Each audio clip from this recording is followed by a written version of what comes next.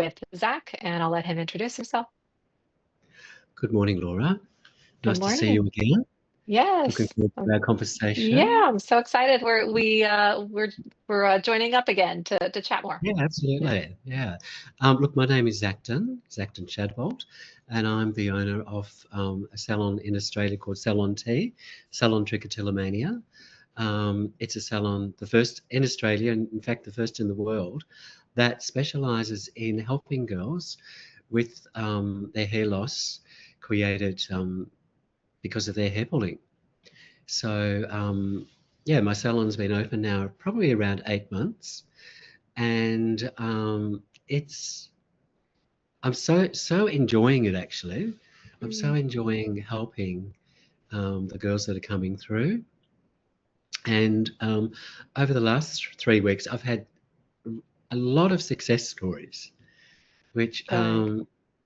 feels really good because Yeah. trich can be one of those conditions that everything goes well, and then all of a sudden, the girls have a moment and have a very big pulling session. But I've had great Yeah. success with my hair systems and methods over the last 3 or 4 weeks. Girls coming back, their hair's Mm, growing back, got their confidence, and it's a really, really, really great feeling. awesome. And so tell me more about some of these success stories. Can you give me some more information? Kind of let us hear the good stuff. Yeah, well, one client, Jamie, she's been coming to me for now probably around 6 months. Lovely girl. Um, and she is going through a big transformation actually. She had a stomach stapling, so she lost 45 kilos, Mm, wow. and that's been really successful for her. And she decided that she really wanted to do something about her trichotillomania.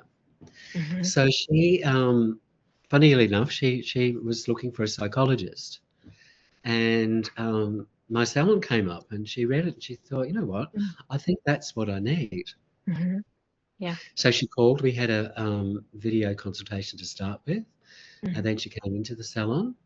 And then we decided to do the Tricho Protect, which is a protective mesh system over the pulled areas. And then I placed, the perfect hair match. Mhm. And as I said, now it's been nearly 6 months. And look, we refit that every 6 weeks. And we both get really excited to see Mhm. how much hair has grown. Yeah, I And bet. what's been great was because she had about 90% of her hair through the top area pulled Mm. out. Wow. Um, and sometimes that can create permanent hair loss. Mhm. However, it's all grown back. So she's That's got her deep great. and she's got full coverage, and it's giving her further confidence Yeah. to continue the journey of not pulling. And of course, I do ask her, what do you do now that you can't pull? And she said, look, Hmm. I just don't pull. Hmm. She said, it's just I've got the protective mesh, Hmm. and I get my fingers there, and I'm just not pulling. Yeah. So that's Yeah. one of my success stories. Um, Awesome. Yeah. I've I got know. several young students, Mhm. 13, 14, and they're also having the same experience, which is really rewarding. Mm.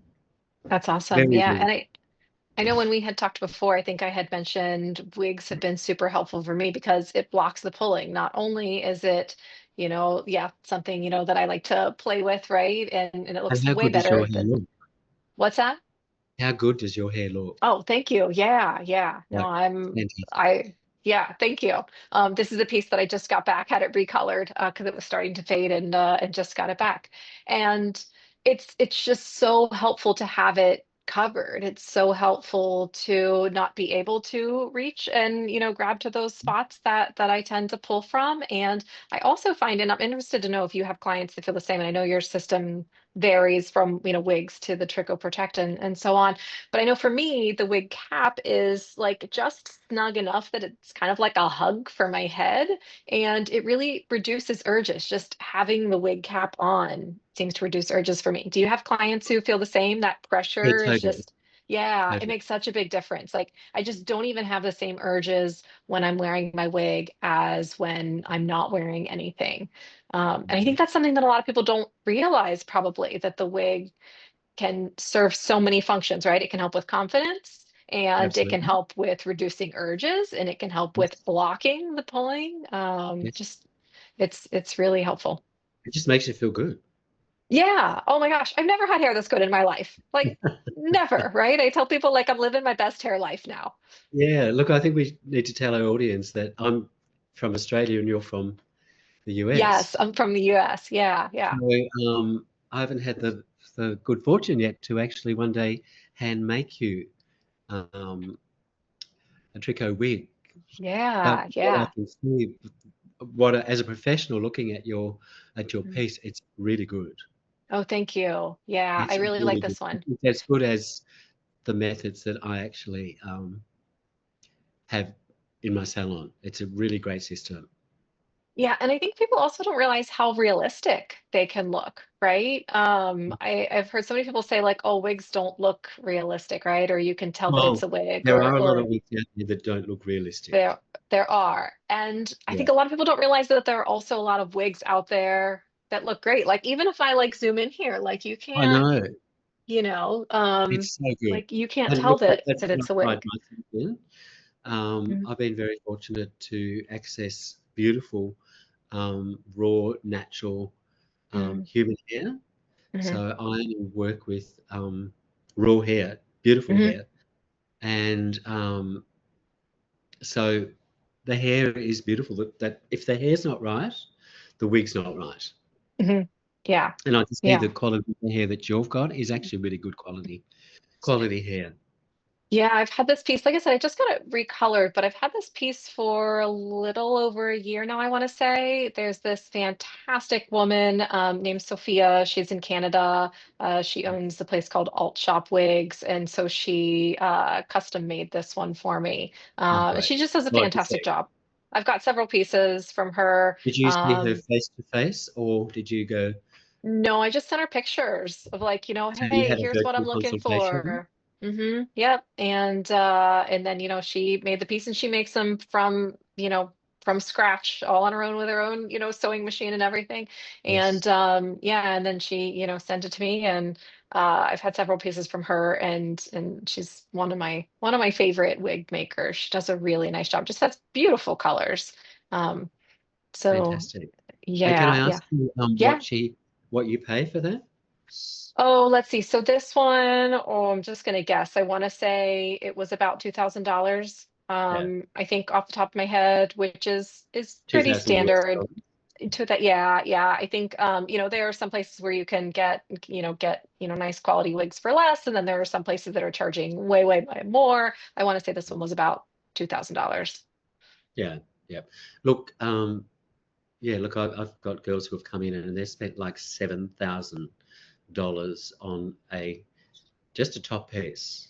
Oh, I'm And sure. I Yeah. feel really sad for them because, their parents or themselves are spending so much money and the quality's not even there. Yeah. So, Yeah. like, Yeah. I remember. Before I really got into human hair wigs, I remember I did like a consultation at a nice, place near me. And this was before I knew any of the prices of wigs. And the piece that they kind of, were trying on for me and everything, it was $5,000. I mean, it seemed like a lot of money. I had no idea how much those things were. And now that I know a bit more about wigs, I usually tell people like, please do not spend 5,000, 7,000, $10,000 on a no, piece of hair. You exactly. can get you can get wonderful quality pieces for half that price. But Mm. when you're new to it, you don't know that. Yeah, exactly. Yeah, exactly. Look, my full wigs, depending on the rarity of the hair and the length, Hmm. Hmm. they start at around 1900 and go up to around 3000, Hmm. Okay. which I Yeah, think is which a I think is pretty typical.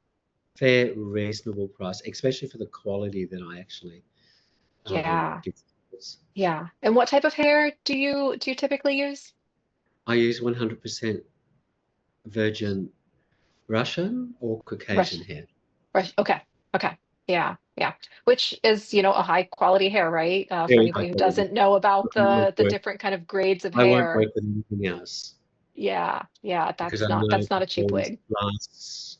It You can style it, you can color it, you can do everything Yeah. that you want to do with it. Yeah. It makes a difference, right? If you have cheap quality hair, it's going to wear out faster. It's going to be, kind of frizzy or not have the right texture that you want. So it really does make a difference in terms of what type of hair you're using. Yeah, absolutely. Well, what else can we talk about, Laura? Yeah, yeah. Well, so I'm curious to know how did you decide that you wanted to really specialize in serving Specialize. clients with trick? Yeah, yeah. How did Okay, that come well, about?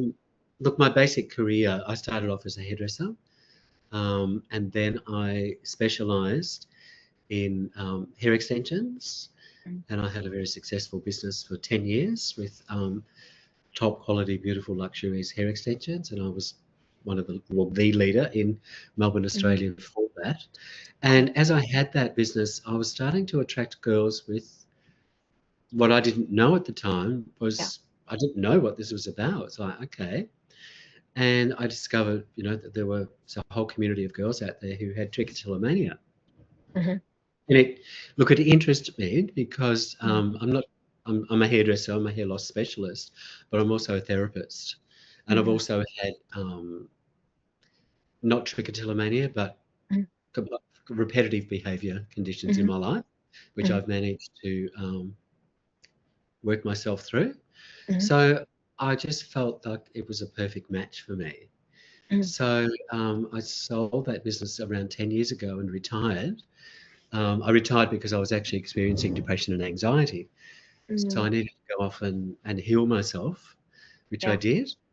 And in the back of my mind, it was like I wanted to work for the community. So about Hmm. 3 years ago, I decided, you know what, I've still got a lot to give. Yeah. And so during COVID was a blessing to me.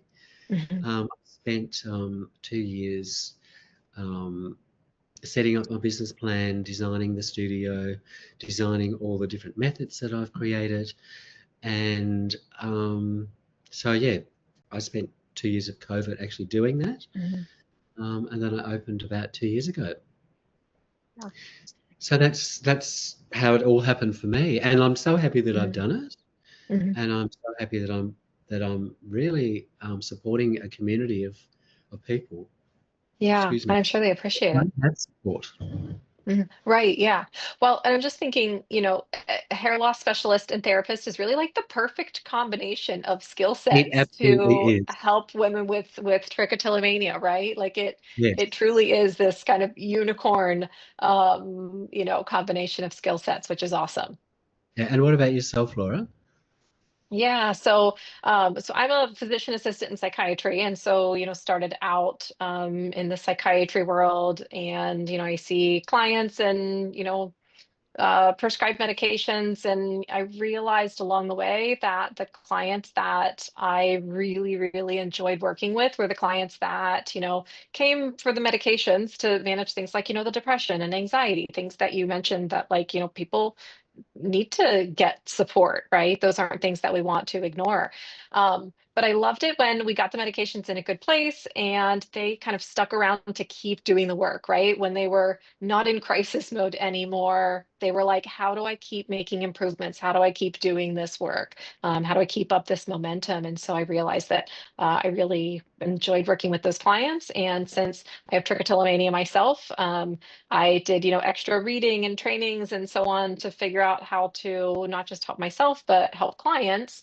And so that's kind of how I ended up stepping into the BFRB coach role, was so that I could help people more specifically with body focused repetitive behaviors. And really my program can be used for any unwanted habit. BFRB's trichotillomania is near and dear to my heart, but because I see these behaviors as messages that we're out of balance and something to listen to and lean into and pay attention to rather than to try to like shove it away.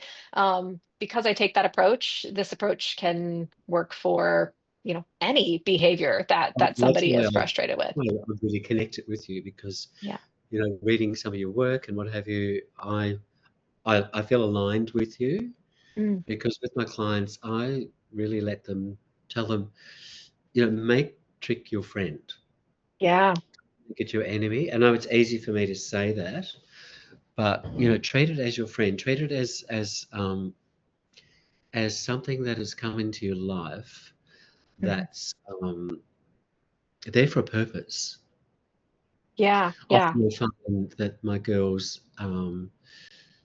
they're under extreme stress. They've Yes. had traumas, Hmm. um, you know, school exams, family problems, um, and it's their way to regulate their emotions. Yeah. It's so Some soothing. people say to me, "Oh, it's self-harming," and I go, "No, it's not Yeah. self-harming. It's actually Yeah. self-soothing. They're It actually really caring. is soothing. They're actually Absolutely. um, doing this behavior because it's helping them." Yeah. Well, in the, kind of interesting slash tricky thing about trick is that, or other VFRBs, is that they regulate both up and down, right? If you're feeling bored or understimulated, it helps increase Yes. that stimulation. If you're feeling stressed and overwhelmed, it helps decrease. So I Mhm. think it's just really handy because, you don't have to figure out which direction you are over or understimulated. If you're feeling dysregulated, the trick, that soothing, aspect just kind of brings it all back into the center. So Mhm. as frustrating as the hair loss and damage can be for women with trick, the behavior itself tends to be really soothing and really regulating. And that's why we keep coming back to it over and over again. And, you know, and you're right, people have had difficult things in their lives, whether it's trauma or whether it's, stressful situations or, school is stressful. Unfortunately, our world puts so much pressure on everyone, but in particular women, I think, to be able to do it all. And we have limits, right? And that I stress starts totally spilling out in ways when I we totally don't agree put with limits you. on it. I'm Yeah. actually happy that I'm a male. Yeah. Females, seriously? You girls, you have got so many pressures on you. You've got to be Mhm. high performer, you've got to be a great mum, you've got to be a great wife, you've got to look good, and you've got to Hmm. keep this together. It's Yeah. like, oh, Yeah. it's full on. It is. And there's this message that like we can have it all, and to women who show up believing like I can have it all. I can have this great career and I can be a fantastic mom and I can be the best wife and I can, go out and do PTO and all this stuff. And it's like, no, we can't. We really Right. do have limitations. We are humans, and Yes. that's a nice fairy tale to think that we can be amazing at everything. But in reality, we have limited resources, limited energy, and so we have to pick and choose where we put our energy. Because if we try to do all of it, we're just going to burn ourselves out. Yeah, exactly. Yeah. Yeah. And look, trick is one method that people use to manage their feelings, whether it's Hmm. boredom, whether it's anxiety, whether it's stress, um, whether it's just not being comfortable within their own body. There's so many Hmm. other things that people do. They smoke, they drink, they gamble, they Yeah. shop, Yeah. um, they spend money, um, there are so many things out in the world that people are Hmm. doing. And unfortunately, with trichotillomania, it's visual. Right. It's kind of like It's you're your wearing present. that out on, yeah, you're wearing that out in the open, Exactly. right? And we live in such a world where, Yeah. you know, beauty is so important. Hmm. And so, the girls that, Yeah. at 11 to 13 seems to be a Hmm. common age that it begins Hmm. for them. Yeah. So they've got, I just feel for them because, like, imagine waking up and you've pulled out a massive amount of your hair and you've got to appear at school. Yeah. I can imagine. I've lived it. Yeah, absolutely. It's just like, It's I'm so embarrassing and there's so much shame and ashamed, guilt. yeah. Yeah. Why am I I think doing this? Yes, exactly. I can't remember how many times I asked myself, why can't I stop? Why do I keep doing this? Why am I doing this to myself? I didn't understand the reason behind it. And so I didn't understand why I could stop. In my mind, it seemed like I didn't like it, so I should be able to stop. And of course, when I was, that age, when I was a teenager, I didn't understand that it was serving a purpose. It was filling a need, right? And I think that that's really important. And you mentioned that people do a lot of other stuff, and they do. And there are a lot of coping tools that have a high cost to them, and there are some coping tools that don't have a high cost. And that's one of the things that I work with for clients is like, let's figure out what need this is filling, and then let's fill that need another way, in a way that you feel good about. Because we can't just take the hair pulling out, right? It serves a need. We can't take it away without replacing it. Yeah, exactly. So, tell me one of your success stories. Yeah, so I had some, I'm trying to think of which one to go with. Recently had somebody who was doing a lot of work with hair pulling, but also working on some other habits, including procrastination. That seems to be a common one that people come to me wanting to address procrastination. So she was working on hair pulling as well as procrastination. And she just did a fantastic job both being introspective and really getting curious about the behavior, and really putting in a lot of kind of upfront work to make sure that she had hats in places that were really convenient, to make sure that she had a relaxing routine for herself, to make sure that she was managing stressors in her life and taking time to get outside and all of that. And so, by the end of the program, she was doing really well as far as the hair pulling went. And that's great. I think the thing that I love the most about the clients that I work with and their progress and watching them is not just the hair pulling, though, it's the self-compassion. A lot of times when people start with me, they're really down on themselves and they're really self-critical. And there's just so much of that, shame and angst and frustration. And I love to watch that transition, watch their self-talk transition to where by the end of the program, they're able to catch themselves in those self-critical thoughts and reframe them, and they're able to be kind with themselves, and they're able to recognize it as, okay, well, what, how do I soothe myself rather than, oh, I can't believe I did this again. Yeah. So yeah, Look, that's look, one of my. I credit a lot of my girls as well, especially the young girls. And it's like they had this condition and they're going to therapists and they're going through this major thing in their life. And it's like I always acknowledge them because it's like they are learning skills Mm, and, learning how to manage behaviors and their thinking and what have you at such a young age. mm, And I just really acknowledge them. And it's like to see their growth and again to see this condition as a tool that actually is really in an indirect way, benefiting them as a human in self-development, personal development, yeah. greater compassion and understanding for communities. And I find a lot of my clients um, really are out there wanting to help others in Mm, their careers. mhm. Yeah, yeah. And I think that's how a lot of people, I know a number of therapists who help clients with body focused repetitive behaviors who have those themselves. And I think there is a lot of, being able to understand and empathize and and get it. And I love how you said that you acknowledge those girls, right? Because I think if they're coming from families or communities or have friends where nobody understands it, then people don't understand how tough that struggle is, right? A lot of times people are like, "Oh, you should just be able to stop." Yeah, and Well, people I don't had a girl understand the that other struggle. day who sent me a message, and she was reaching out. I could hear it in the message. I got the message about 11 p.m. at night, and I often get messages Mm, around mhm. 10, 11, and I feel that they're really stressing. Yeah. And one of her comments was that her family don't want her to get a hair topper because they tell her that she just should stop pulling. And it's Yeah. like, I said back Doesn't and I work said, like that. It doesn't work that way. Yeah. Um, if she would, if she could.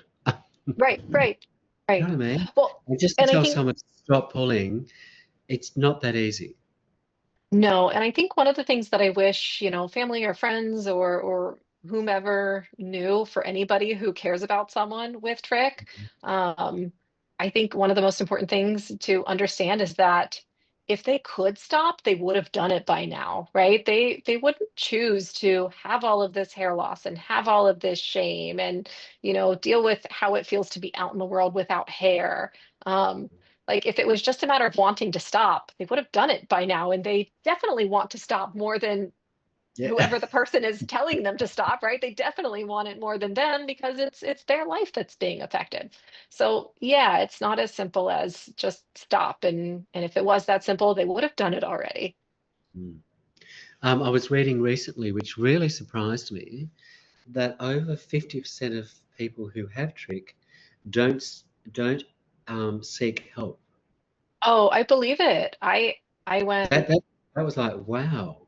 Yeah, I went 20 years, I think, without telling a single soul. And that is, didn't tell my family. I was married at the time, didn't tell my husband.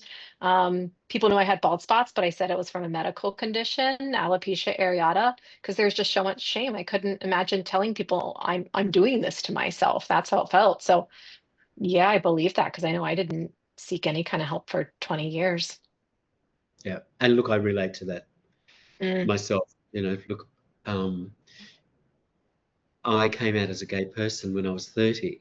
So I had this deep, dark secret hmm. and kept that to myself and hid it. Yeah. And it, when I came out, Mm, there was a lot of healing that needed to happen because I had suppressed all of this.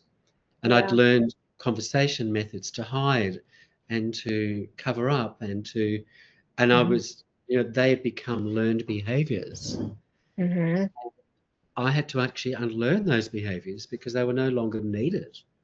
Yeah, So yeah. I'm sure that the trick community would have that as well, where they've hidden, covered up, made excuses, lied, Oh, isolated yeah, themselves, don't want to get close intimately, yeah, and yeah, to when they do finally open up to someone, um, then to actually address those other behaviors that became habits and patterns yeah, that are no longer needed in their life.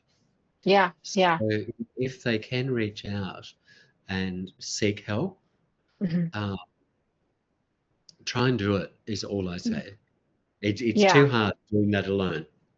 it really is. And I think it's so much like an You cannot infection. do it alone Yeah, you can't do it alone. And I because think you're it's doing it with it's yourself, the yes. self with the self. You need Yes.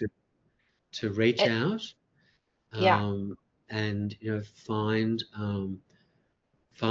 a therapist, find a hairdresser, find someone who cares. Mhm. Yeah, yeah. Just And I to think speak about it can release so much of the pressure. yeah, it's that really is the first step in healing. And I really Yes. do think about it a lot like an infection, right? When we keep those secrets in, it's just toxic to us, right? And it just builds and builds. And so when we start to tell people and start to seek help and start to learn more and admit that this is something that we want to change, it's kind of like, getting that infection out, right? And kind of starting that healing process. But it really is something that you're absolutely right. You can't do it alone. I don't know No, anybody who has successfully maintained management of trich, not just like white knuckle it for a month or two, but really successfully maintained it alone. It just I know lots of people who've tried, but it you can't. You have to let go of that shame and you have to know that the world accepts you as you are. yeah. Yeah. What do you think the root of that shame is? Oh, I think it's a lot of different things for a lot of different people. Huh? Yeah, I think based on, we pick up messages when we're younger, right? Like I was bullied a lot. When I was younger, I was in a school where I didn't quite fit in. And so, maybe that's it, maybe it's not. But I think a lot of it comes down to we pick up messages when we're young that we're not okay just as we are, that there's something inherently wrong with us, and we Mhm, internalize that and we mhm. try to, put on this mask that we feel like we increase our chances of being loved or accepted or whatever it is. And we learn that we have to hide the parts of us that we think other people will not like or will judge. Yeah, I totally agree with you. But it would be Yeah. fabulous to be able to take the guilt Mm. and the shame Yeah. away. And I think the way that that can happen is by opening up, coming out, Mhm. Mhm. Yeah. Yeah. coming out in a safe environment, um, and then that is the first step. Totally agree. Yeah. I think it And starts then with telling one person. joining communities, that's my next goal is to have, maybe monthly where girls can get together face to face Mhm. or Mm. online, Yeah. because most of the girls I work with, they do not know anyone with this condition. Yeah. They're Yeah. dealing with this alone. Yeah. Well, and I don't know, did I tell you? And I know our time zones are off, so I think it's like, it's morning for you, right? But I do have a monthly online support group, BFRB support group that is like I think it's scheduled for like 8 o'clock my time, which I want to say is like 10 o'clock ish your time in the morning, something like that. Um, Uh-huh. so yeah, I know that there's a huge time difference, but if you know any girls who are, are interested in getting started in a support group before you have yours up and running, How do they're they welcome access to. that, Laura? So it's an Eventbrite link, and wherever we end up, posting this, I can definitely include the link in the information. But yeah, you just go to Eventbrite and you register for it, and then it's over Zoom. Okay, great. Yeah, Thank God yeah, we've got technology. I Yeah, know, I know. Yes, it's just absolutely. brilliant. Yeah. I just, COVID again was great for me and also great for my business and Hmm. great for the community because it really transitioned me into this whole virtual world. Yeah. And Yeah. most of the consultations are virtual now, even if they do Yes. live in Melbourne.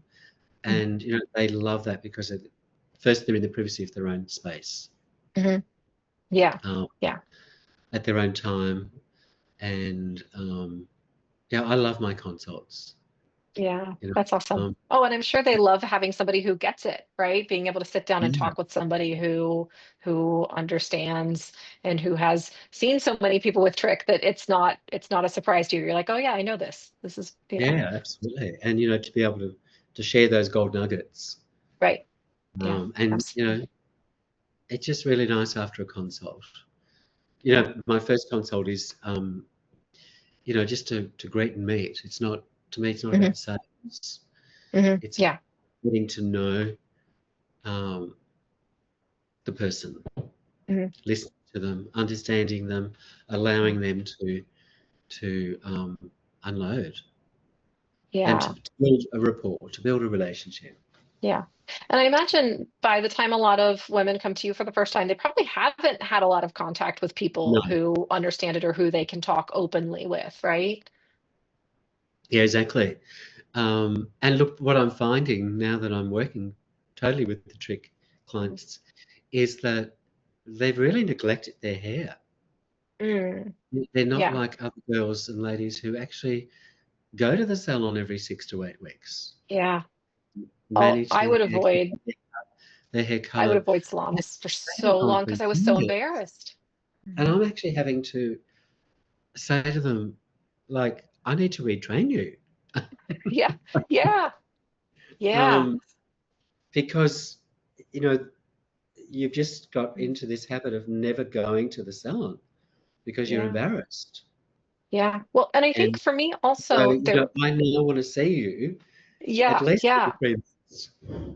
Well, I And think for me, oh, go ahead, sorry. Yeah. no, no, go on.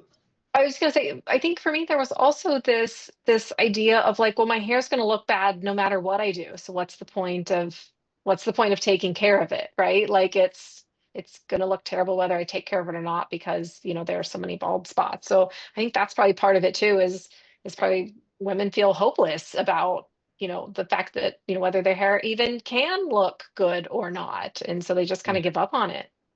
Yeah. But what I always say is reach out sooner than later, because Mhm. my big concern is always that they can create permanent hair loss. Yeah. Yeah. And there are And women who struggle with that, with the permanent hair yes, loss. they've got permanent hair loss because they've left it for so long. Hmm. Yeah. Um, but if you can get in earlier Mhm. and reach out and find a professional, um, you're on a winning streak. Yeah. Yeah. Get support no matter how you do it. I think that's the bottom Yeah, line is exactly. wherever you need Girls, to get get your support. support. We're here Yes. for Get you. support. Yes. There is support out there and it Yes, will make a world of difference to just be able to talk absolutely. about it and get support. Yeah. Yeah. Awesome. Well, Zakdon, I want to be respectful of your time. Thank Um, you. Wow, Any, that went yeah, I know. This is awesome. I love talking hair and wigs and such. Any final words before I stop the recording? Look, it's just been really nice chatting with you. I'd like to do Yeah. this again. Yeah, Maybe we I can agree. actually we can talk about maybe another topic Yeah, around yeah. trichotillomania. Well, and We seem to talk a lot about the wigs and what have you today, just a general overview. yeah, yeah.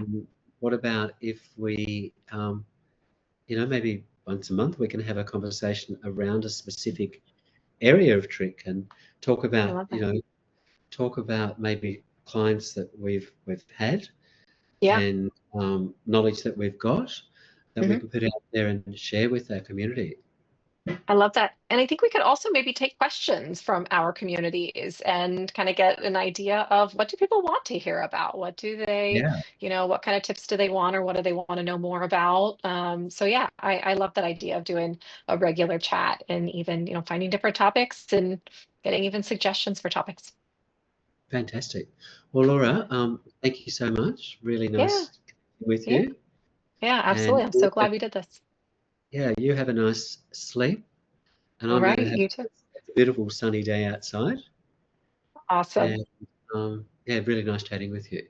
All right, And sounds good. nice chatting with our community. Yeah, yeah. No, I'm excited to start this and to get these chats out there. Yeah. Fantastic. Let's see. Thanks, Laura.